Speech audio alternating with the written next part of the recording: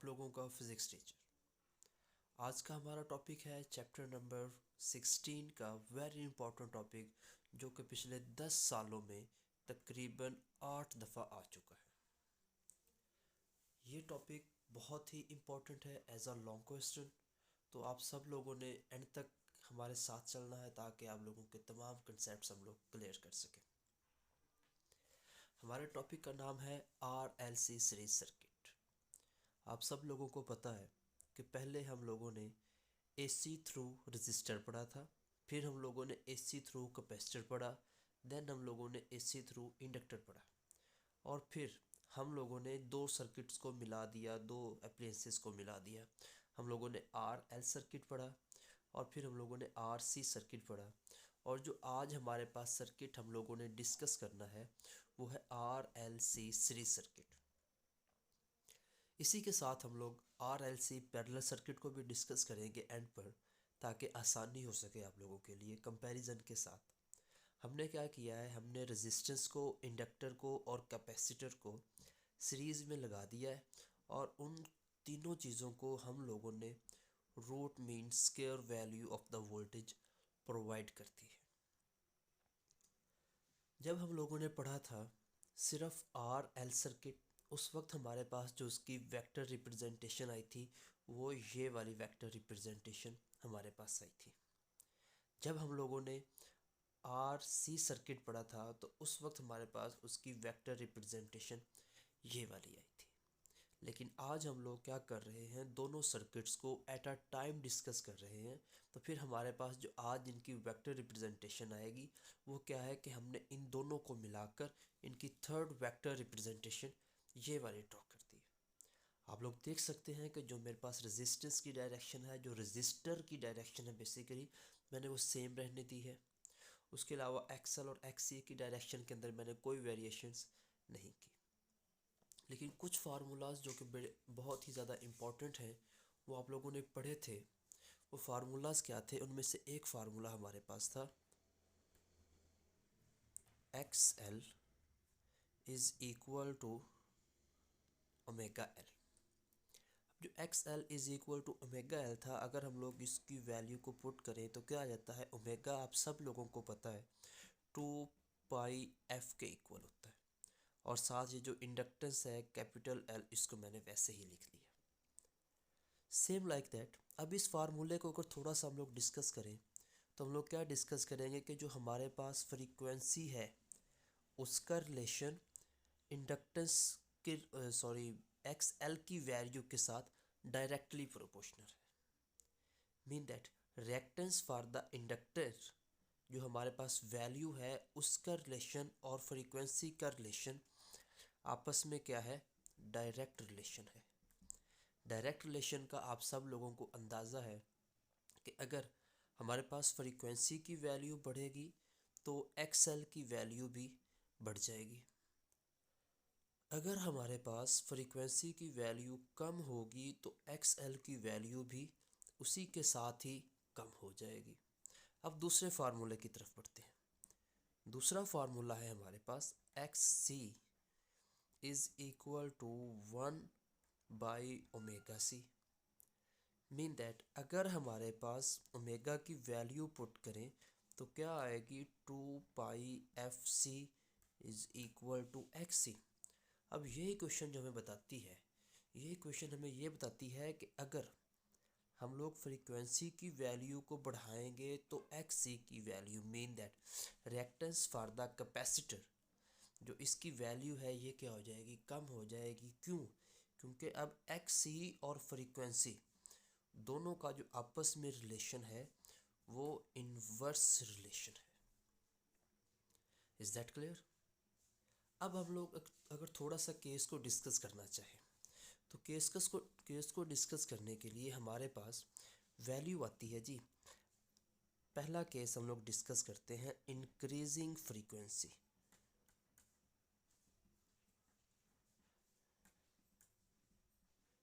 Increasing frequency, अगर हमारे पास frequency की वैल्यू इंक्रीज़ करती है तो क्या होता है, जैसे कि ये एक इक्वेशन हमारे पास है, एक ये इक्वेशन हमारे पास है। अब जो मेरे पास ये इक्वेशन है, फ्रीक्वेंसी की वैल्यू बढ़ाऊंगा तो एक्सएल की वैल्यू क्या होगी, बढ़ जाएगी। इधर भी साथ साथ गौर करना, एक्सएल की वैल्यू क्या हो जाएगी, बढ़ जाएगी। लेकिन फ्रीक्वेंसी के बढ़ने से एक्सी की वैल्यू क्या हो रही है, कम हो रही है। मीन दैट इसकी वैल्यू, एक्सी की वैल्यू आहिस्ता आहिस्ता क्या हो जाएगी, बिल्कुल ख़त्म हो जाएगी। तो आप लोग देख सकते हैं कि जो मेरे पास पूरे का पूरा मेरा सर्किट है वो as a XL and R behave करेगा। और एक्सएल किसके लिए, इंडक्टर के लिए है। तो मेरे पास जो जो आर एल सी सर्किट है ये बेसिकली पीछे कौन सा सर्किट रह जाएगा, सिर्फ और सिर्फ आर एल सर्किट रह जाएगा। फिर से डिस्कस कर लेते हैं, लिख के देख लेते हैं। फ्रीक्वेंसी के बढ़ाने से एक्सएल की वैल्यू बढ़ गई और एक्सी की वैल्यू कम हो गई। इसकी वजह क्या है कि जो एक्सएल है वो डायरेक्टली प्रोपोर्शनल है फ्रीक्वेंसी के, while as XC is inversely proportional to the frequency. तो हमारे पास क्या वैल्यू आ जाएगी, X L will be greater than XC. तो हमारे पास एक्स एल की वैल्यू क्या हो जाएगी, ग्रेटर देन हो जाएगी एक्स सी से। तो फिर हमारे पास ये जो आर एल सी सर्किट है it will behave as R L circuit. फिर ये कैसे बिहेव करेगा, it will behave just like as R L circuit. In another case, अगर हम लोग दूसरे केस को डिस्कस करते हैं, इधर करते हैं, अगर हम लोग दूसरे केस को डिस्कस करते हैं तो दूसरा केस हमारे पास क्या है, डिक्रीजिंग फ्रीक्वेंसी। हमने क्या किया जी, फ्रीक्वेंसी को अब डिक्रीज़ करना है। जब हम लोगों ने फ्रीक्वेंसी को डिक्रीज़ करना है तो हमारे पास क्या होगा, फ्रीक्वेंसी के कम होने से हमारे पास एक्सएल की वैल्यू क्या हो जाएगी, कम हो जाएगी। एक्सएल की वैल्यू ऊपर है, आहिस्ता आहिस्ता क्या आ जाएगी, यहाँ पर ज़ीरो तक इसकी वैल्यू आ जाएगी। लेकिन एक्सी के तो ये इन्वर्स है, तो फ्रीक्वेंसी की वैल्यू अगर मैं कम करूँगा तो एक्सी की वैल्यू क्या हो जाएगी, ज़्यादा हो जाएगी। मीन दैट फ्रीक्वेंसी के डिक्रीज़ करने से एक्सएल की वैल्यू कम होकर यहाँ तक आ जाएगी। पीछे सर्किट जो है it will behave as R and X C, जो कि हमारे पास कौन सा सर्किट बनता है, आर सी सर्किट बनता है।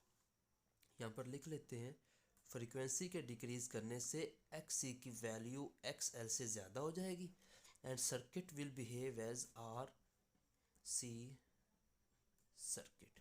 तो जो सर्किट है वो हमारे पास कैसे बिहेव करेगा, as an R C circuit behave करेगा।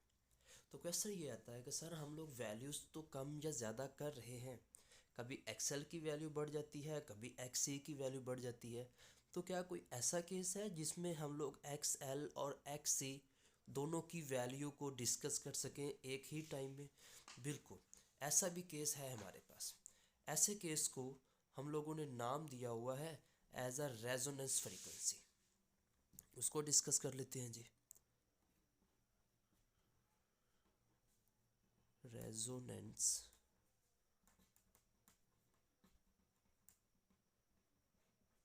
फ्रीक्वेंसी, रेजोनेंस फ्रीक्वेंसी में क्या है, रेजोनेंस फ्रीक्वेंसी को हम लोग डिनोट करते हैं एफ आर के साथ। F stands for frequency, R stands for resonance. तो हमारे पास इसके अंदर केस क्या बनेगा जी, इसके अंदर हमारे पास जो एक्स सी की वैल्यू होगी that will be equal to X L. इसको थोड़ा सा अल्टरनेट करके अगर मैं लिखूं तो क्या लिखूंगा, X L is equal to X C. दोनों को बराबर लिखना है ना हमने। एक्स एल किसके इक्वल है, ओमेगा एल के इक्वल है। एक्स सी किसके इक्वल है, ओमेगा सी के इक्वल है। एल जाकर इधर डिवाइड हो जाएगा, ओमेगा आकर इधर मल्टीप्लाई हो जाएगा, तो omega square is equal to 1/LC। Resonance की बात कर रहे हैं तो एंगुलर फ्रीक्वेंसी भी रेजोनेंस होगी हमारे पास। अब स्क्वायर ख़त्म करने के लिए स्क्वायर रूट लूँगा तो मेरे पास क्या बन जाएगा, omega R is equal to √1/LC।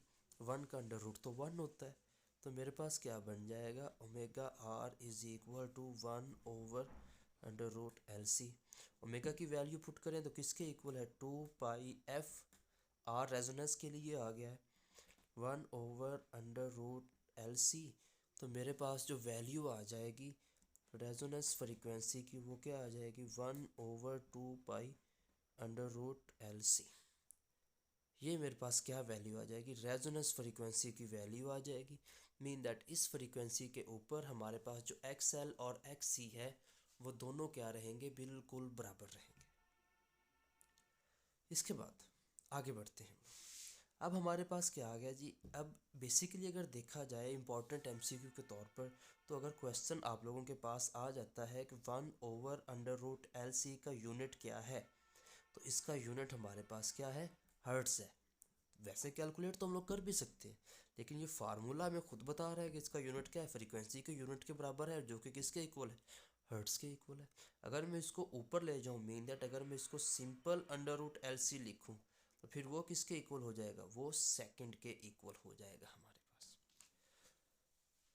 अब अगर हम लोग इसका थोड़ा सा कंपैरिजन करना चाहें, तो इसके मैं यहाँ पर फंक्शंस लिखूँगा, यहाँ पर मैं इसके साथ डिस्कस करूँगा जी सीरीज सर्किट को,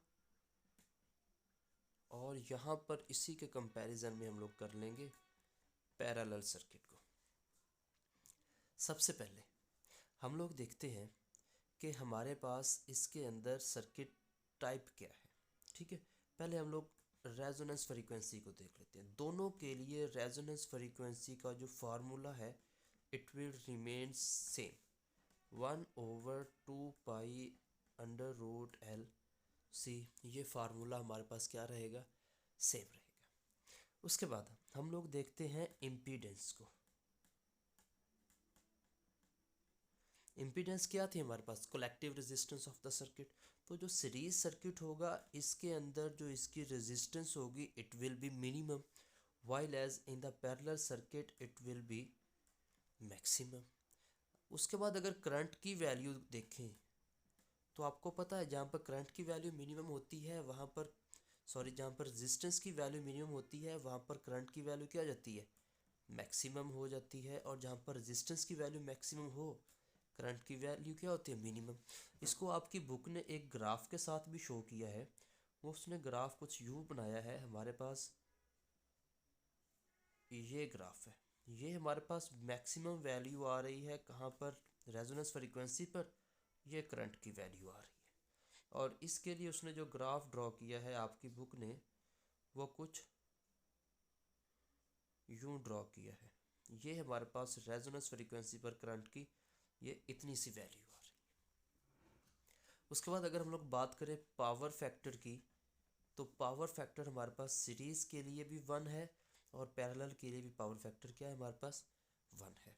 वेरी इंपॉर्टेंट थिंग, टाइप कौन सी है सर्किट की, सीरीज सर्किट को हम लोग एक्सेप्टर सर्किट कहते हैं, और पैरेलल सर्किट को हम लोग रिजेक्टर सर्किट कहते हैं।